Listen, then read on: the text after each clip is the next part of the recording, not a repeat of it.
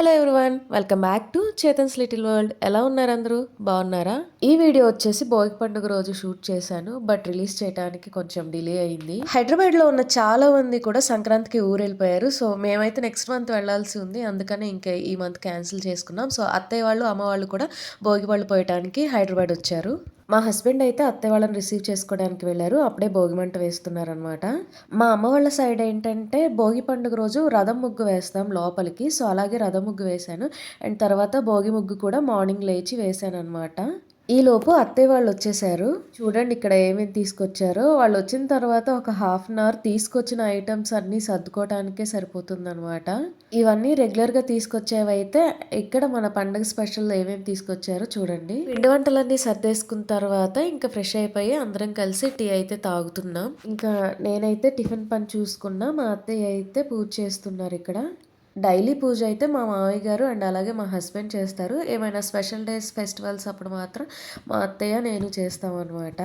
పూజ చేస్తుంటే మెయిన్గా మన చేతన అక్కడ ఉండాల్సిందే. పూజ అయిపోయే వరకు, ప్రసాదం తీసుకునే వరకు అక్కడ నుంచి కదలడు అసలు. అండ్ మా చేతన్ కూడా భోగి స్నానం చేసేసి దండం పెట్టుకుంటున్నాడు.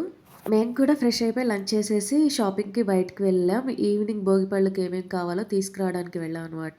డెకరేషన్ చేద్దామని అయితే అస్సలు అనుకోలేదు. బ్యాక్గ్రౌండ్ అనుకోకుండా లాస్ట్లో అలా చేసేసాం. బ్యాక్ డ్రాప్ తీసుకొని వచ్చి ఉన్న క్రియేటివిటీ అంతా వాడి ఇంట్లో ఏమేమి ఉన్నాయో వాటితో అడ్జస్ట్ చేసుకొని డెకరేషన్ అయితే చేసాం అనమాట. కామెంట్స్లో చెప్పండి డెకరేషన్ ఎలా ఉందో. నచ్చితే కామెంట్ చేసి లైక్ చేయండి. డెకరేషన్ అయిపోయిన తర్వాత మేమైతే రెడీ అవ్వటం స్టార్ట్ చేసాం. ఇంకా చేతన్ అయితే రెడీ అయిపోయాడు ఫస్ట్.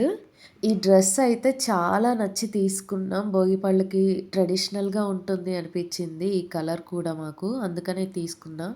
ఈలోపు నేను కూడా రెడీ అయ్యాను. బట్ భోగిపళ్ళు స్టార్ట్ చేయడానికి ఇంకా అందరు రెడీ అవ్వడానికి టైం పట్టేలా ఉందని చెప్పి వేరే ఒక అక్క వాళ్ళ ఇంట్లో భోగిపళ్ళు ఈవెంట్ ఉంటే అక్కడికి వెళ్ళేసి వచ్చాను అనమాట. నేను వచ్చేలోపు గెస్ట్లు కూడా వస్తూ ఉన్నారు. ఇంకా లేట్ చేయకుండా అత్తయ్య, అమ్మ, నేను అయితే భోగిపళ్ళు కలిపేసి చేతన్ అయితే కూర్చోబెట్టాము ఇక్కడ. చేతన్ అయితే ఒక్క నిమిషం అయినా కూర్చుంటాడో లేదో అనుకున్నా నేనైతే.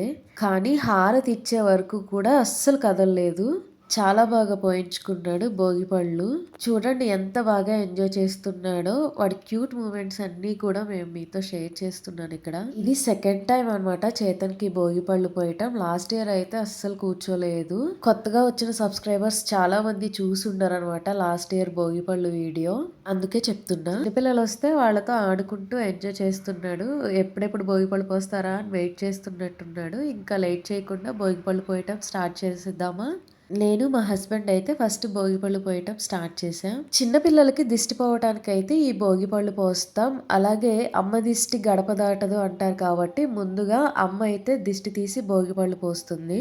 ఈ భోగిపళ్ళలో అయితే రేగిపళ్ళు, బంతిపూలు, చిల్లర డబ్బులు, అలాగే చెరుకు గడలు కలుపుతారనమాట. ముఖ్యంగా చాలా మందికి తెలుసు, బట్ తెలియని వాళ్ళకి చెప్తున్నా.